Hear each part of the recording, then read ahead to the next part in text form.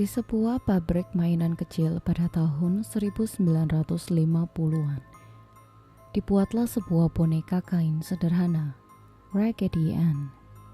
Begitulah nama seri boneka itu.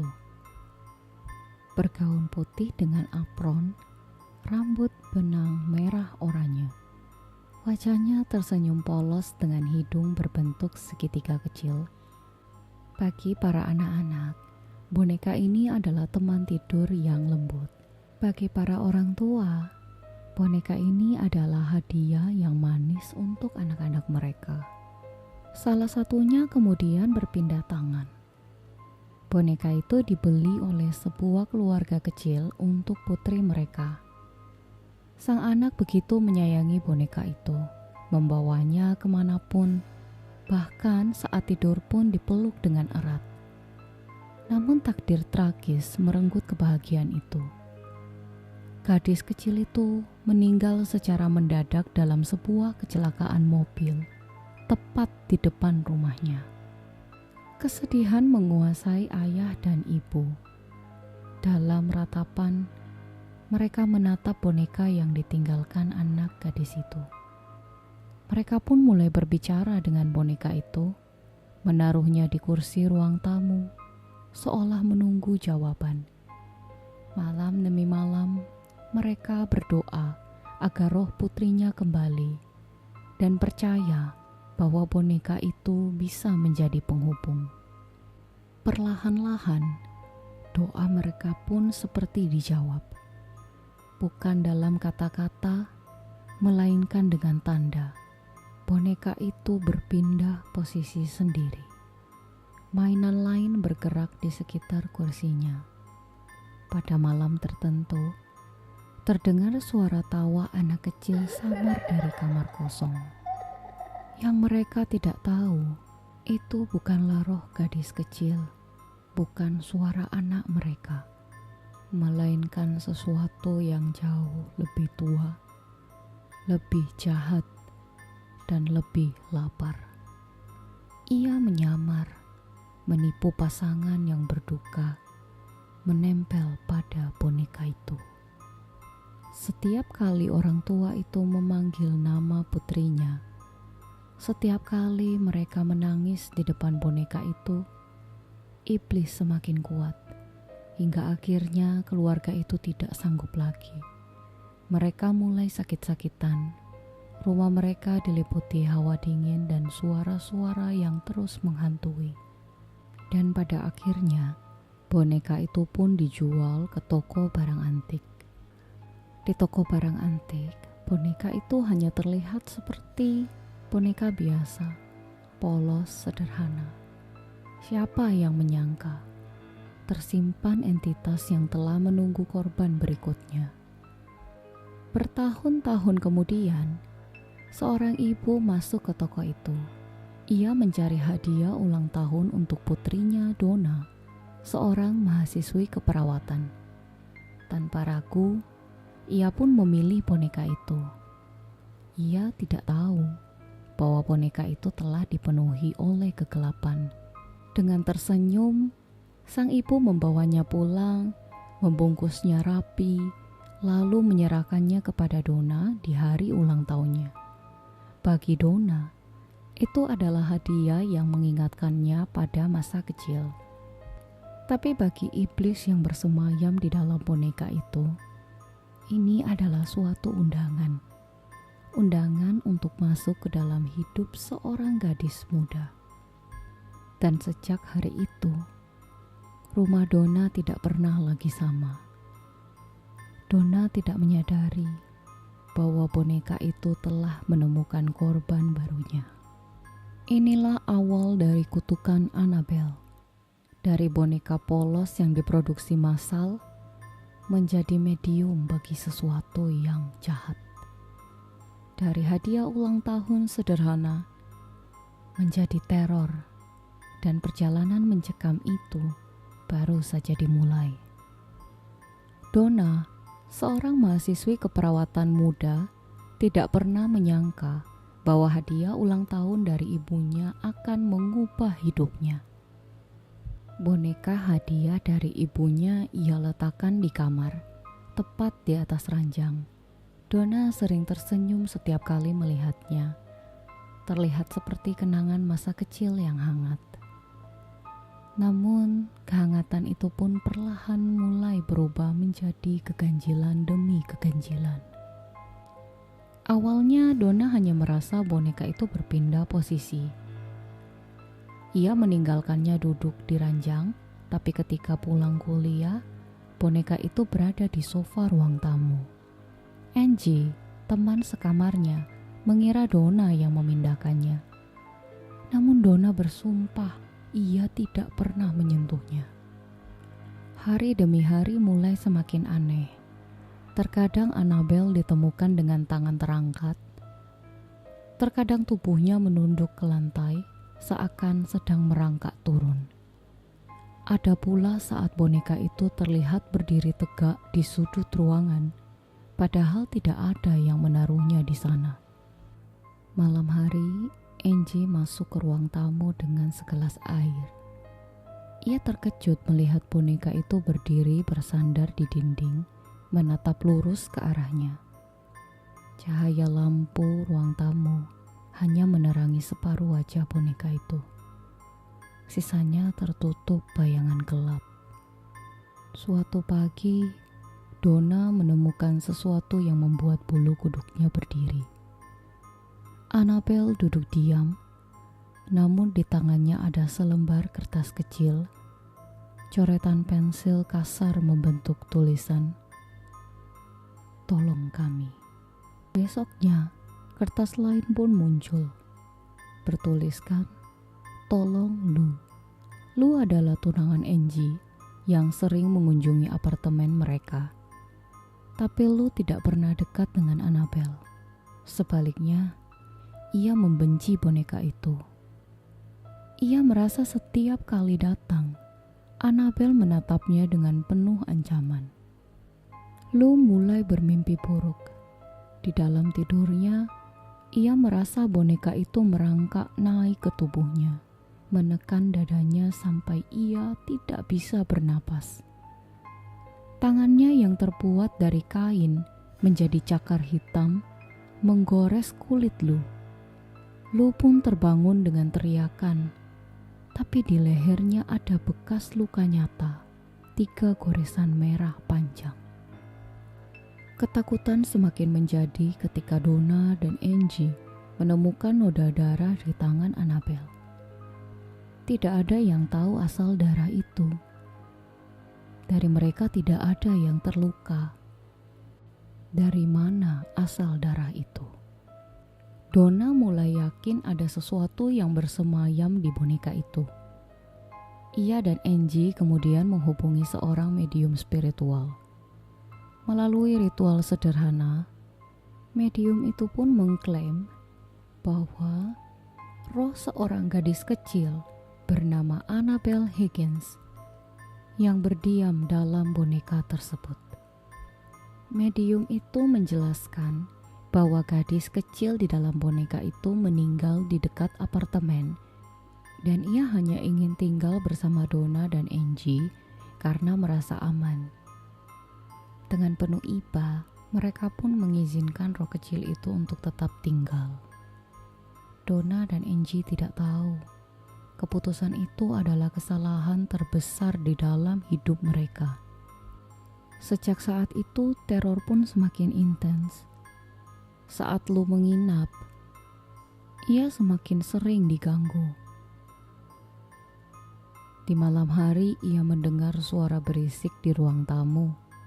Tapi saat ia keluar, ia melihat Annabelle duduk di sudut ruangan. Lalu tiba-tiba boneka itu berpindah sendiri, seolah melayang ke arahnya. Lu pun jatuh pingsan.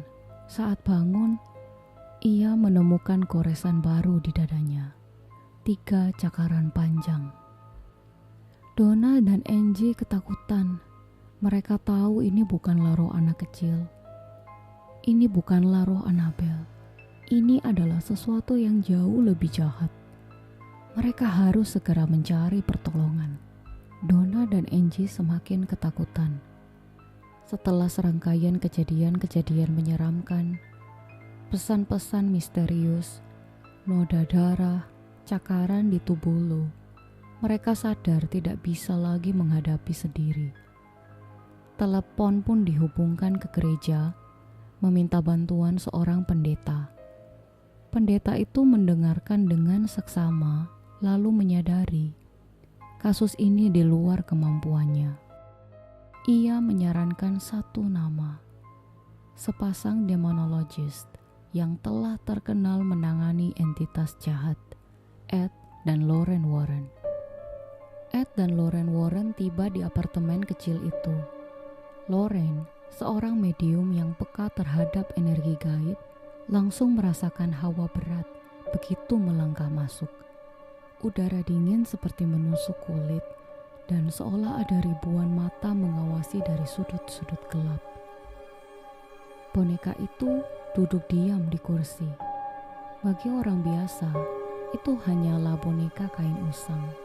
Tapi bagi Lorraine, boneka itu memancarkan energi gelap, pekat, seperti kabut hitam yang menetes dari setiap jahitannya.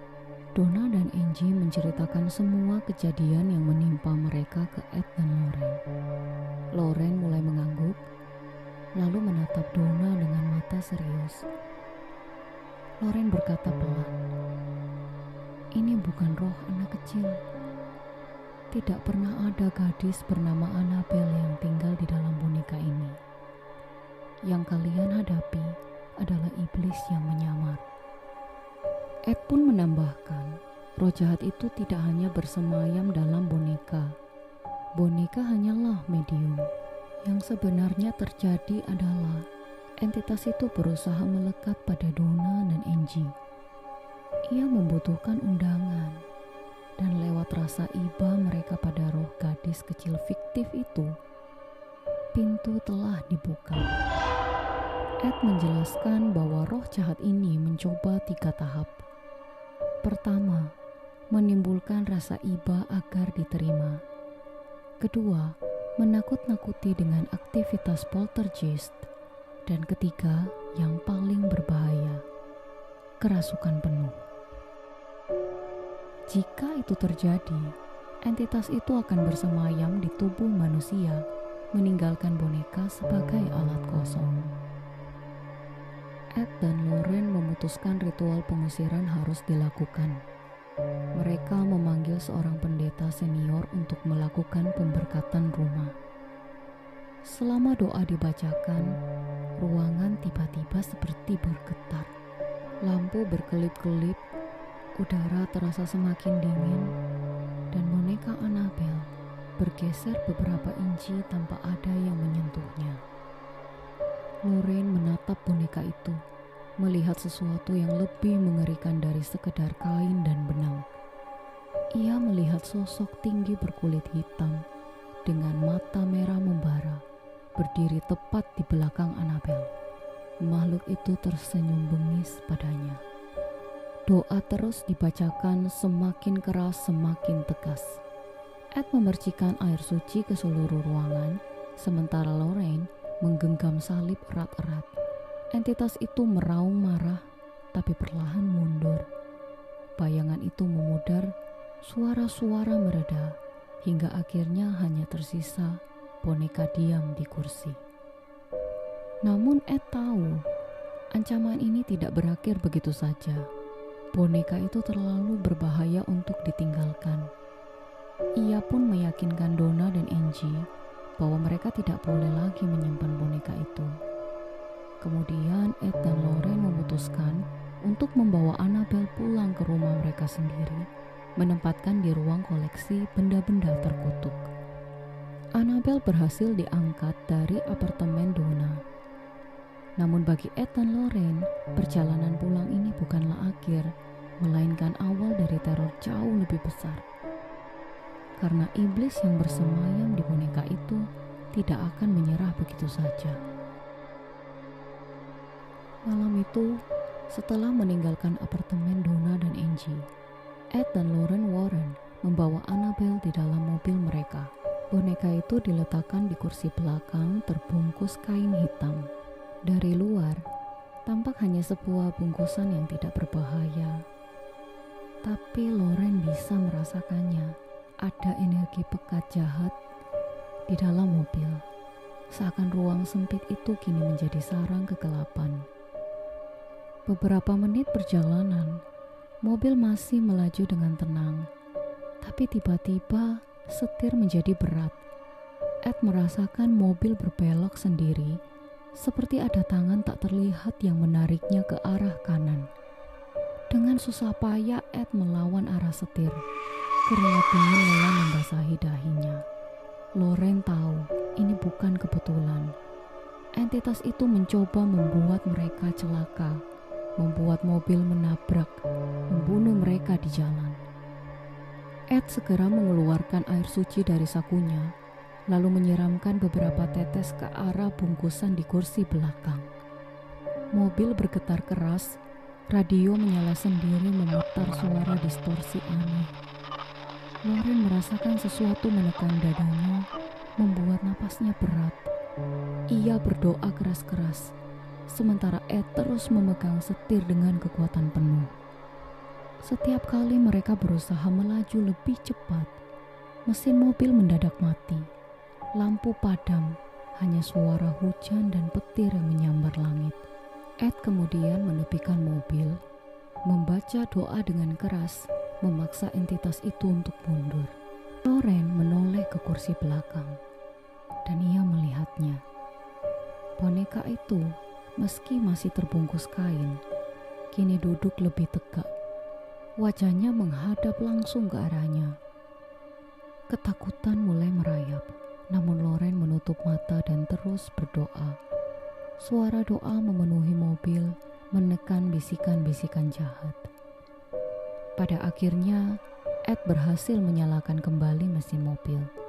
Dengan hati-hati, mereka melanjutkan perjalanan, tidak berhenti hingga sampai di rumah mereka di Monroe, Connecticut.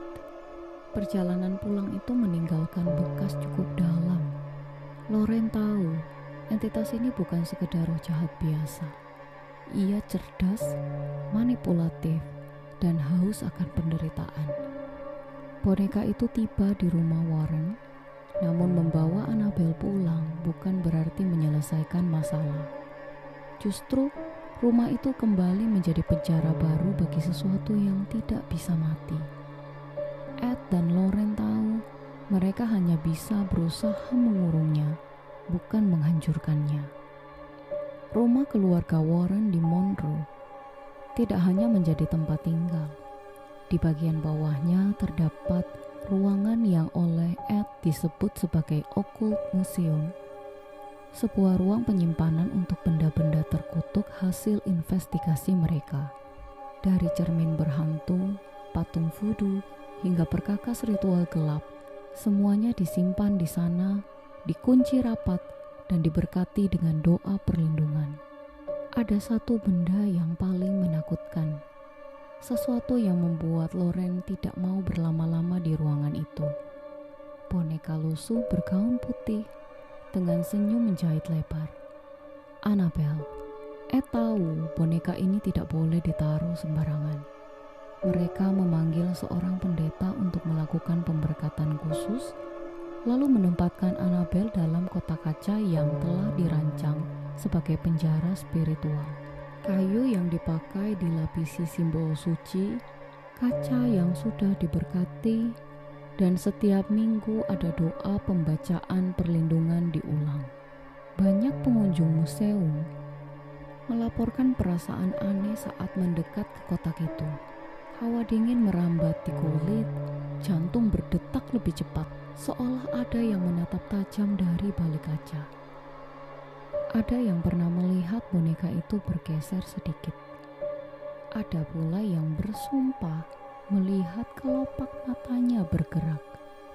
Pada suatu sore, seorang pemuda datang bersama pacarnya dengan nada menantang. Ia mengetuk kaca dan berkata, "Kalau kau memang bisa melukai orang, coba lakukan kepadaku." Loren yang menyaksikan langsung memperingatkan dengan keras. Namun pemuda itu hanya tertawa. ia meninggalkan museum dengan wajah sombong. Beberapa jam kemudian, saat pulang dengan motor, tragedi terjadi. Motor pemuda itu kehilangan kendali dan menabrak pohon dengan kecepatan tinggi. Pemuda itu tewas di tempat, sementara pacarnya selamat namun dengan luka parah. Ed menegaskan ini bukan kebetulan. Annabelle tidak main-main. Boneka itu hanyalah medium, tapi entitas di dalamnya haus akan penderitaan manusia. Pendeta yang sering memberkati ruangan itu pun pernah hampir celaka. Seusai pemberkatan, ia berkata sambil menunjuk Annabelle, "Kamu hanyalah boneka, tidak bisa melukai siapapun." Loren merasa tidak nyaman dengan ucapan itu. Benar saja, beberapa jam kemudian, mobil pendeta itu remnya blong dan hampir masuk jurang. Pendeta itu selamat, namun ketakutan itu membuatnya tidak pernah lagi meremehkan Annabelle. Setiap kisah itu menambah aura mengerikan di sekitar boneka. Loren sering menemukan Annabelle dalam posisi berbeda dari terakhir kali ia lihat. Terkadang wajahnya menghadap ke pintu, seakan menunggu seseorang masuk. Terkadang tangannya terangkat, seolah mencoba keluar dari kaca. Ed dan Loren juga paham mereka tidak bisa menghancurkannya. Jika boneka itu dibakar atau dibuang, entitas yang bersemayam akan bebas dan mencari wadah lain. Bisa saja wadah itu adalah tubuh manusia. Satu-satunya pilihan mereka adalah mengurungnya, menjaga agar ia tidak pernah lepas. Annabelle kini terkurung di balik kaca. Tapi jerat itu bukanlah akhir, karena sesungguhnya penjara hanyalah panggung baru bagi teror. Ia tetap menatap, tetap menunggu, tetap berbisik. Siapapun yang meremehkan peringatan di kaca, mungkin takkan pernah kembali dengan selamat. Seringkali Loren merasakan tatapan dingin menembus punggungnya saat ia menyalakan lampu ruang bawah tanah. Terkadang suara tawa lirih anak kecil bergema dari pojok ruangan. Tapi ketika dicek, tidak ada siapa-siapa. Beberapa tamu yang datang untuk melihat koleksi benda terkutuk Warren pulang dengan cerita menyeramkan. Ada yang merasa lehernya dicekik sesuatu yang tidak terlihat. Ada yang melihat sosok perempuan berambut panjang berdiri di belakang kotak kaca. Meski ruangan hanya ada mereka bertiga. Setiap benda terkutuk memiliki jejak penderitaan. Annabelle bukan sekedar boneka, melainkan magnet bagi tragedi. Mereka yang meremehkan peringatannya, mereka yang menantang, atau bahkan sekedar terlalu lama menatap matanya, seringkali membawa pulang kutukan yang tidak terlihat. Hari ini, meski Ed Warren telah tiada dan Loren pun telah berpulang, Annabelle tetap berada di tempat yang sama, duduk diam di balik kaca, di ruangan yang kini menjadi bagian dari sejarah kegelapan. Museum Warren masih menyimpan ratusan artefak terkutuk. Namun mata semua orang selalu tertuju pada satu titik. Boneka bergaun putih dengan wajah polos yang menipu. Annabelle. Kisah Annabelle telah menyebar ke seluruh dunia. Dari buku catatan investigasi Warren hingga film layar lebar. Nama Annabelle kini menjadi legenda urban yang tak lagi terikat oleh kotak kaca. Ia hidup dalam ketakutan manusia, dalam cerita yang diceritakan berulang, dan dalam bayangan yang selalu mengintai. Bagi Ed dan Loren, Annabelle adalah pengingat bahwa kejahatan nyata bukan hanya ada di luar sana, tapi bisa menempel pada benda sederhana, bahkan pada boneka mainan. Sesuatu yang tampak tidak berbahaya, ternyata bisa menyembunyikan kegelapan yang jauh lebih besar dari yang bisa kita bayangkan.